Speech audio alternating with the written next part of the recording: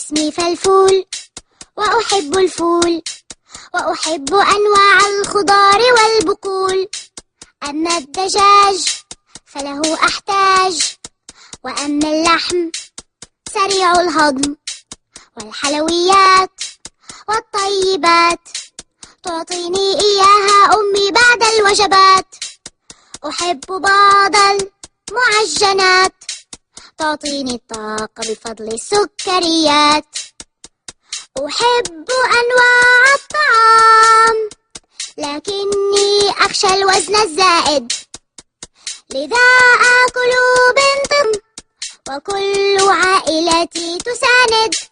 اسمي فلفول وفمي مشغول بالطعام مع ابن عمي خلخول. أريد أن أنمو وأصير مثل أبي وأخي وعمي سمير.